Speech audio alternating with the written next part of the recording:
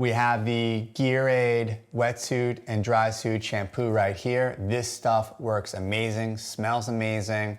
I have my wetsuit right here, which I tried it on. This is a Hyperflex suit. I spent some money on it, and it was starting to smell really, really bad. So I looked up some products that could, help clean my wetsuit properly instead of just putting it underneath the water showers after my session and calling it a day.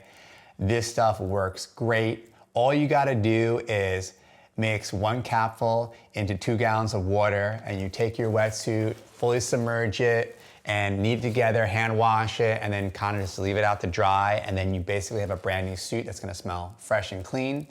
And this is one of those products that, a little bit goes a long way, because I spent some money. I spent about $500 on my wetsuit, and to help it last longer and for me to be able to use my wetsuit longer and for it to not smell so much, smell like the old salt water, this is a product that's definitely gonna help you, and then you can use it for all your wetsuits if you need to, because this is a decent amount in here. But yeah, definitely highly recommend this. Links are in the description to help support the channel. And if you found this video useful at all, please like and subscribe for more videos. Thanks, guys.